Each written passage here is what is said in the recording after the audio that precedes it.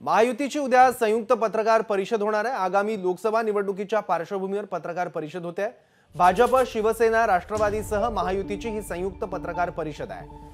भाजप प्रदेशाध्यक्ष चंद्रशेखर बावनकुळे, राष्ट्रवादी काँग्रेसचे प्रदेशाध्यक्ष सुनील तटकरे आणि शिवसेनेचे नेते आणि मंत्री दादा भुसे, मुंबई भाजपचे अध्यक्ष आशिष शेलार यांच्या उपस्थितीत उद्या पत्रकार परिषद होईल। आगामी लोकसभा निवडणुकांच्या पार्श्वभूमीवर आता हालचाली सुरू झाल्या। मोर्चे बांधणी सुद्धा वेगवेगळ्या पक्षांकडून केली जाते आहे। काही मतदारसंघांवर दावे प्रतिदावे सुद्धा बघायला मिळत आहेत। आणखी माहिती घेऊया, आपला प्रतिनिधी सुशांत सावंत आता आपल्या सोबत आहेत। सुशांत, प्रयोजन या बैठकीचं?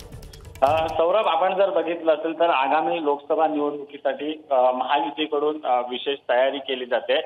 सध्या जागा वाटपावर जी आहे ती चर्चा सुरू आहे, प्राथमिक चर्चा। कारण केंद्रीय नेतृत्वाने सांगितलेलं आहे की महायुतीच्या जागा वाटपाचं आधी तुम्ही राज्यात बोला आणि त्यानंतर केंद्राकडे प्रस्ताव घेऊन या। त्या अनुषंगाने उद्या तिन्ही पक्षाची जी आहे ती संयुक्त पत्रकार परिषद होते।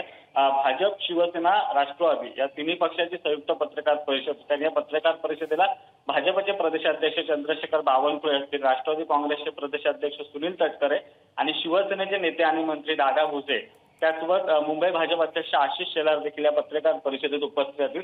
येत्या काळात कोणत्या पद्धतीचे कार्यक्रम हाती घ्यायचे, कारण जर लोकसभा निवडणुकीला सामोरं जायचं असेल तर महायुतीला काही कार्यक्रम जे आहेत ते आखावे लागतील आणि याचीच माहिती कुठेतरी या पत्रकार परिषदेतून देतील असं आपल्याला कळते। उद्या महत्वाची पत्रकार परिषद झाल्यानंतर खऱ्या अर्थाने आगामी लोकसभा निवडणुकीची तयारी जी आहे ती महायुतीकडून केली जाणार आहे।